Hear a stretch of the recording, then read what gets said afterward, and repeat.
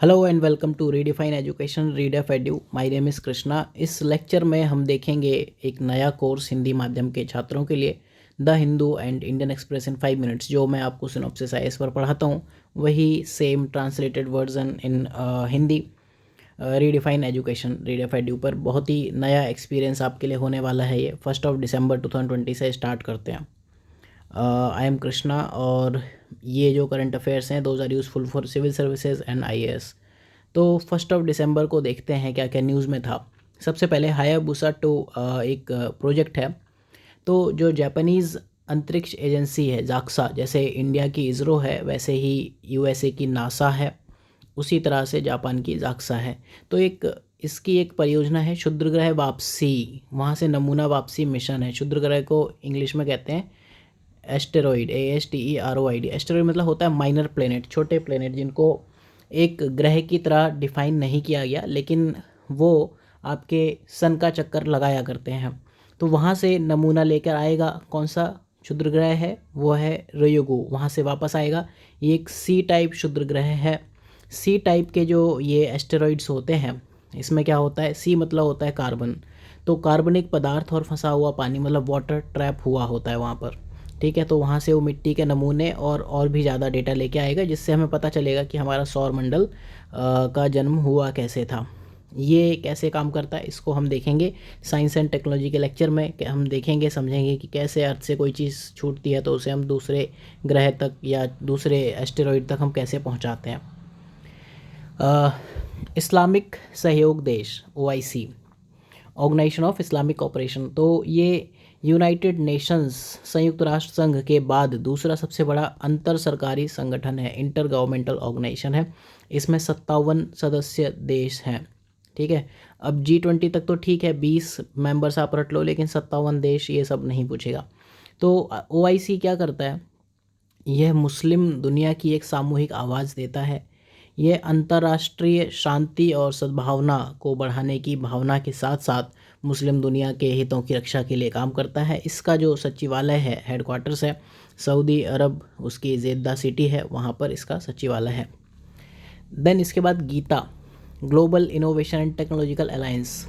तो ये एक नॉट फॉर प्रॉफिट ऑर्गेनाइजेशन है, NGO टाइप है, public private partnership PPP company है। इसके जो मेन फंक्शंस हैं आपको नाम से समझ में आ रहा होगा, global innovation and technological alliance, मतलब इनोवेशन और टेक्नोलॉजी इनका अलायंस है।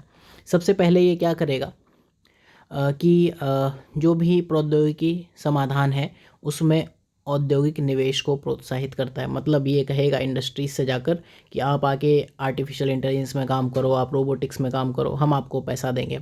ठीक है, तो सबसे पहले तो ये मानचित्रण करेगा, ढूंढेगा कि कहाँ पर हम प्रौद्योगिकी में अंतराल पर हैं या लैग कर रहे हैं, दूसरों से कितने पीछे हैं। जैसे एप्पल बना लिया बाहर वालों ने, चाइना ने अपना रेडमी और रियलमी क्या क्या बना लिया, हमारा जो माइक्रोमैक्स है वो भी नहीं चल पा रहा है। तो आप सबसे पहले ढूंढोगे कहाँ आपको ज़रूरत है, उसके बाद दुनिया भर में प्रौद्योगिकी का मूल्यांकन किया जाएगा। यहाँ आपको पता चलेगा कि हम फ़ोन नहीं बना पाते हैं, फिर हम देखेंगे कौन लोग फ़ोन बनाते हैं। आप USA का एप्पल देखोगे, चाइना के रेडमी वगैरह देखोगे। फिर उसके बाद भारतीय अर्थव्यवस्था के लिए जो भी उपयुक्त हैं, अगर फ़ोन यूज़फुल है तो हम इन पर काम करेंगे, और जो भी रणनीतिक या सहयोगी साझेदारियां हैं उनको हम सुविधाजनक बनाएंगे। साथ में एक सॉफ्ट लोन प्रदान करेंगे, मतलब इतनी हार्ड कंडीशन उसकी नहीं होंगी। इसको 2 लोग मिलकर चला रहे हैं। एक है प्रौद्योगिकी विकास बोर्ड, ठीक है, ये आपका विज्ञान और प्रौद्योगिकी विभाग में आता है, department of science and technology. साथ में जो भारतीय उद्योग परिसंघ है, कॉन्फेडरेशन ऑफ इंडियन इंडस्ट्री, ये दोनों मिलकर चला रहे हैं। तो ये था गीता के बारे में। देन माउंट इली लेवट लॉक, ये इंडोनेशिया में है, लेम्बाटा द्वीप में है। यहाँ पर ज्वालामुखी फ़िलहाल भड़क उठा, और यहाँ पर इंडोनेशिया के और जो सक्रिय ज्वालामुखी हैं उसमें सुमात्रा में माउंट सिम्बुंग है और जावा में मेरापी है। तो जो ये ज्वालामुखी हैं, इंडोनेशिया में लगभग 130 सक्रिय ज्वालामुखी हैं। इसको रिंग ऑफ फायर या फिर सरकम पैसिफिक बेल्ट कहते हैं। क्यों होता है? प्लेट टेक्टोनिक थ्योरी, प्लेट विवर्तनिकी अगर आपने पढ़ी हो, अगर ये आपकी एक हैवी प्लेट है, 2 प्लेट हैं जो पास आ रही हैं, एक ये हैवी प्लेट है, भारी प्लेट है, एक ये लाइट प्लेट है। जब ये दोनों पास आ जाएंगी तो क्या होगा, जो भारी प्लेट होगी लाइट के नीचे चली जाएगी। अब जो लाइट के नीचे जाएगी तो धरती में यहाँ पर टेम्परेचर हाई है, यहाँ ये पिघल जाएगी, मेल्टिंग होगी, तो फिर यहाँ मेल्ट होकर हल्की होगी, मेल्टिंग होगी तो हल्की हो जाएगी, लाइट होगी, फिर ये मटेरियल बाहर आएगा, और जब बाहर आएगा तो फिर माउंटेन से फट पड़ेगा, तो यहाँ वोल्केनो बनेगा, ज्वालामुखी बनेगा। तो ये पूरा जो प्लेट टेक्टोनिक, प्लेट विवर्तनिकी का काम है पूरे पैसिफिक ओशियन, प्रशांत महासागर में दिखता है, इसीलिए हम रिंग ऑफ फायर कहते हैं। देन एंटी माइक्रोबियल प्रतिरोध पर एक ग्रुप बनाया गया है वर्ल्ड के जो हेल्थ मिनिस्टर्स हैं उनका। तो इसमें WHO विश्व स्वास्थ्य संगठन, FAO फाओ जो खाद्य और कृषि संगठन है UN का, और विश्व पशु स्वास्थ्य संगठन, इन्होंने मिलके शुरू किया है। एम क्या है, हम क्या करते हैं, बहुत सारी एंटीबायोटिक खाते रहते हैं, तो जो भी ये माइक्रोबियल्स हैं, छोटे छोटे जीवाणु हैं, वो इन दवाइयों से रेसिस्टेंट हो जाते हैं, उन पर इनका असर पड़ना बंद हो जाता है। तो आपको ज़्यादा अमाउंट में ये दवाइयाँ खानी पड़ती हैं या फिर हायर एंटीबायोटिक खाने पड़ते हैं।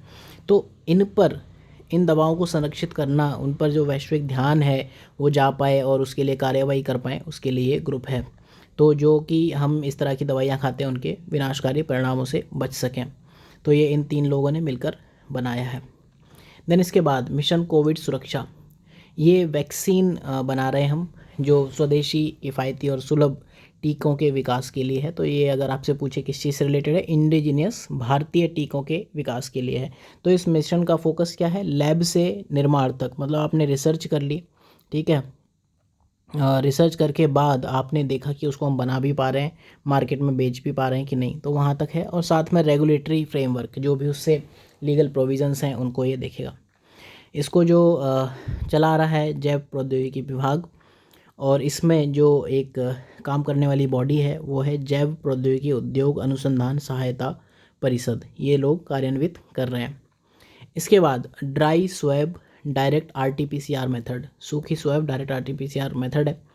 तो ये CSIR का एक centre for cellular and molecular biology है, वो लोग इन्होंने इसको विकसित कर रहे हैं।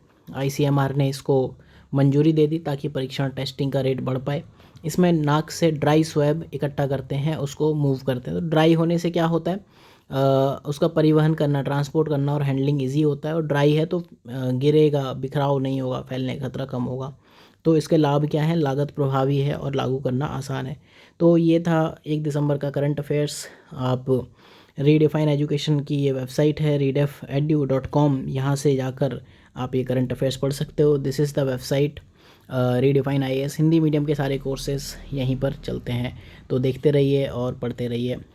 प्लीज़ सब्सक्राइब द चैनल, और अगर लेक्चर अच्छा लगे तो शेयर और लाइक भी कर सकते हैं, कमेंट करके जो भी आपके फीडबैक हों बताइए प्लीज़।